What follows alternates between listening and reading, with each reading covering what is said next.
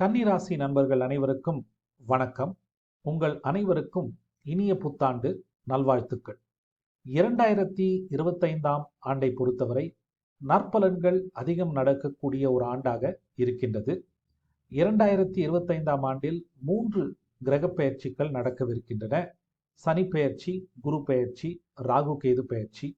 இந்த 3 பெயர்ச்சிகளையும் கணக்கில் கொண்டுதான் நாம் பலன் எடுக்க வேண்டும். முதலாவதாக சனி பெயர்ச்சி நடக்கவிருக்கின்றது. 29 மார்ச் அதுதான் சனி பெயர்ச்சிக்கான நாள். 6ல் இருக்கக்கூடிய சனி இப்பொழுது 7ஆம் வீட்டிற்கு பெயர்ச்சி ஆகின்றார். 7ஆம் வீட்டிலிருந்து அவர் ராசியை நேராக பார்க்க போகின்றார். இதனால் உங்களுக்கு புதிய நண்பர்கள் உருவாகலாம். உங்களுடைய சோசியல் சர்க்கிள் என்று சொல்லக்கூடிய நண்பர்கள், கூட்டாளிகள் வட்டம் பெரிதாவதற்கும் அதிகரிப்பதற்கும் வாய்ப்பு இருக்கு. சிலருக்கு சோம்பேறித்தனம், மந்தத்தன்மையும் வருவதற்கும் வாய்ப்பு இருக்கு. ஏன்னா சனி ஒரு ஸ்லோ மூவிங் பிளானட். ஓகே, அதனால நடக்க வேண்டிய விஷயங்களும் சற்றே தாமதமாக நடப்பதற்கு வாய்ப்பு இருக்கு. இங்க டிலேன்னு தான் சொல்றேன், டினையல். ஒரு நல்ல விஷயம் நடக்கணும்னா தாமதமாகலாம், நடக்காமல் இருந்து விடாது. ஓகே, இந்த டிலேக்கும் டினையலுக்கும் இருக்கக்கூடிய வித்தியாசத்தை கொஞ்சம் புரிஞ்சுக்கோங்க. அடுத்ததாக குரு பெயர்ச்சி. இப்போ குரு 9ஆம் வீட்டிலிருந்து 10ஆம் வீட்டிற்கு வரப்போகின்றார். இது அந்த அளவிற்கு பிரச்சனையான ஒரு பெயர்ச்சி அல்ல, அதே நேரம் சாதகமான ஒரு பெயர்ச்சியும் அல்ல. ஓகே, ஒரு நியூட்ரலான பெயர்ச்சி அப்படின்னு நம்ம எடுத்துக்கொள்ளலாம். இந்த பெயர்ச்சியால் என்ன நடக்கும்னா, வேலை தொழிலில் பிரச்சனைகள் வருவதற்கு வாய்ப்பு இருக்கு. வேறொரு வேலை இல்லாமல், ஒரு ஃபர்ம் ஆஃபர் இல்லாமல் இருக்கும் வேலையை விட்டு விடாதீர்கள். ஓகே, அதே நேரம் 10லிருந்து அவர் நேராக 4ஐ பார்க்க போவதால் குடும்பத்தில் மகிழ்ச்சி இருக்கும். ஓகே, ஒரு சிலருக்கு வீடு வண்டி வாங்குவதற்கும் நல்ல வாய்ப்புகள் இருக்கு. ஓகே, நீங்கள் பேசக்கூடிய பேச்சு தன்மையாக இருக்கும், உங்களுக்கு சாதகமாக இருக்கும். ஸோ இது எல்லாத்தையுமே நீங்க உங்களுக்கு அட்வான்டேஜஸா யூஸ் பண்ணிக்கலாம்.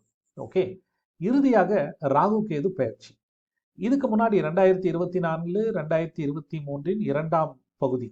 ஓகே, அதுலேருந்தே சனி நல்ல பொசிஷன்ல இருந்தார், இப்பவும் இருக்கார். ஏன்னா 6ஆம் வீட்டு சனி எப்பவுமே அட்வான்டேஜியஸ் பொசிஷன். அதே மாதிரி தான் 9ல் குரு.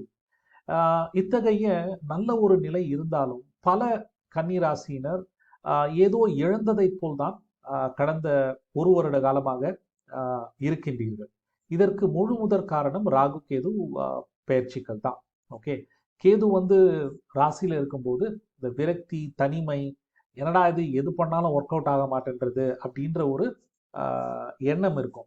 என்னதான் நல்ல விஷயங்கள், முன்னேற்றங்கள் இருந்தாலும் அந்த முன்னேற்றங்களை பார்க்காமல் ஒரு விரக்தி, தனிமை அதுதான் மேலோங்கி இருந்தது, இன்னும் இருந்து கொண்டிருக்கின்றது. ஏன்னா ராகு கேது பயிற்சி மே மாதம் கடைசி 29 மே, அதாவது கிட்டத்தட்ட ஜூன் மாதம் தான் அவர்கள் பயிற்சி ஆகின்றார்கள். இன்னும் 6 மாத காலம் இருக்கின்றது. நல்ல வேளையாக குருவோட ஒரு சப்போர்ட்டிங், ஏன்னா குரு 14 மே தான் மாறுறார் இல்லையா. அவர் குரு இன்ஃபேக்ட் ஒரு மாதம் 11க்கு கூட போறார். 11 லாபஸ்தானம். அந்த மாதம் உங்களுக்கு ரொம்ப அட்வான்டேஜஸாக இருக்கும், ரைட்.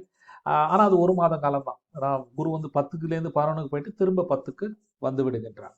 ஓகே, ஸோ ராகு கேதுவும் அடுத்த பயிற்சி நன்றாக இருக்கின்றது. அதாவது 29 மே 2025 நடக்கவிருக்கின்ற பயிற்சி ரொம்ப அட்வான்டேஜஸாக உங்களுக்கு இருக்கின்றது. ஓகே, உங்களோட விரக்தி தன்மையெல்லாம் கண்டிப்பாக விலகும். இப்போ நீங்கள் ராகு 6ல் வர்றதுனால, ராகு சனியை போல செயல்படக்கூடிய கிரகம். கடன், நோய், எதிரி சார்ந்த விஷயங்களையும் உங்களுக்கு அதனால் ஏற்படக்கூடிய பிரச்சனைகளை கண்டிப்பாக ராகுவானவர் குறைப்பார். ஓகே, வேலை தொழிலில் முன்னேறுவதற்கான வாய்ப்புகளையும் ராகு வழங்குவார். 12ல் இருக்கும் கேதுவால் உங்களுடைய தூக்கம் சற்றே பாதிக்கப்படுவதற்கு வாய்ப்பு இருக்கு. பட் நீங்க இந்த 1-7 அப்படின்ற ஆக்சிஸ்லேருந்து ராகு கேதுக்கள் விலகுவது எப்பவுமே ஒரு பெரிய விஷயம்தான். அதனாலேயே உங்களுக்கு ஜூன் மாசத்துல இருந்து கண்டிப்பாக ரிலீஃப் கிடைக்கும், ரைட். ஸோ நான் முதலில் கூறியது போல நன்மைகள் அதிகம் நடக்கக்கூடிய ஒரு ஆண்டாகத்தான் 2025 இருக்கின்றது. இதுவரைக்கும் நம்ம பார்த்தது ஒரு ஜென்ரல் ப்ரெடிக்ஷன்ஸ். ஓகே, பொதுவான பலன்கள். இதுலேயும் ஒரு துல்லியத்தை பார்க்க முடியுமா வெறும் பயிற்சிகளை வச்சு அப்படின்னு நீங்கள் கேட்டிங்கன்னா பார்க்க முடியும். அதுக்கு நம்ம என்ன பண்ணோம்னா, கோச்சார கிரகத்தையும் உங்களுடைய ஜனனகால கிரகத்தையும் நம்ம இணைச்சி பலன் கூறலாம். ஒருவேளை உங்களுடைய சுய ஜாதகத்தில், அதாவது ஜனன ஜாதகத்தில், அதாவது பிறந்த நேரத்தில் மீன வீட்டில், ரைட், உங்களுடைய 7ஆம் வீட்டில் சுக்கிரனோ குருவோ இருந்தால், ஜனனகால சுக்கிரனோ குருவோ கோச்சார சனியுடன் இணைந்து நற்பலன்களை வழங்குவார்கள். ஓகே, உங்களுக்கு பொருளாதார முன்னேற்றம் இருக்கும், நல்ல வேலை வாய்ப்புகள் கிடைக்கும், இன்க்ரிமெண்ட் கிடைக்கும், பெரிய கஸ்டமர் கிடைப்பாங்க. அந்த மாதிரி நல்ல பலன்கள்லாம் நடப்பதற்கு வாய்ப்பு இருக்கு. அடுத்ததாக அங்க செவ்வாய் இருந்தார். ஓகே, செவ்வாயும் சனியும் இணையிறது நல்லது இல்லை. இதனால சண்டை சச்சரவுகள் உண்டாவதற்கு வாய்ப்பு இருக்கு. இந்த சண்டை சச்சரவு வெறும் பேச்சு சம்பந்தப்பட்டது தானா, இல்லை கைகலப்பு வரைக்கும் போகுமா அப்படின்றத உங்களுடைய சுயஜாதகம் தீர்மானிக்கும். அடுத்ததாக அங்க வந்து சூரியனே இருந்தாருன்னு வச்சுக்கோங்க, ஈகோ கிளாஷ் வரும். இந்த சன் சாட்டன் காம்பினேஷன் இருந்தால் வேலையில் ப்ரொமோஷன் கிடைக்கும், சிலருக்கு கவர்மெண்ட் வேலை கிடைக்கும், சிலருக்கு லீடர்ஷிப் ரோல், ஓகே, இந்த சிஎக்ஸ்ஓ சிஇஓன்னு சொல்கிறோம் இல்லையா, அந்த மாதிரி ரோல் கூட கிடைப்பதற்கு வாய்ப்பு இருக்குது. ஆனால் அதே நேரம் மேனேஜர், அத்தாரிட்டி ஃபிகர்ஸ்ன்னு சொல்கிறோம் இல்லையா, அவர்களுடன் கொஞ்சம் ஈகோ கிளாஷ் வருவதற்கும் வாய்ப்பு இருக்குது. இது எல்லாருக்கும் இல்லை, நான் சொன்ன மாதிரி ஸ்பெசிஃபிக் ப்ரெடிக்ஷன். உங்களுடைய ஜனனகால ஜாதகத்தில் மீன வீட்டில், அதாவது 7ஆம் வீட்டில் ஒருவேளை சூரியன் இருந்தால், ஜனனகால சூரியனும் கோச்சார சனியும் இணைந்து உங்களுக்கு பலனை வழங்குவார்கள். என்ன பலன்னா ஈகோ கிளாஷ், ரைட்.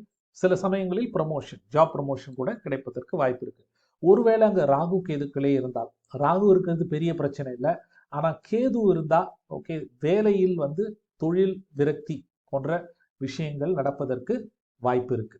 ஓகே, இப்படித்தான் நம்ம வந்து ஸ்பெசிஃபிக்கா குறிப்பிட்ட பலனை கோச்சாரத்தை வைத்தே எடுக்க முடியும். தசாபுக்தியோட இம்பார்ட்டன்ஸ் இருக்கு, ஆனால் கோச்சார கிரகங்களும் ஜனனகால கிரகங்களோடு இணைந்து தான் பலனை கொடுக்கின்றது.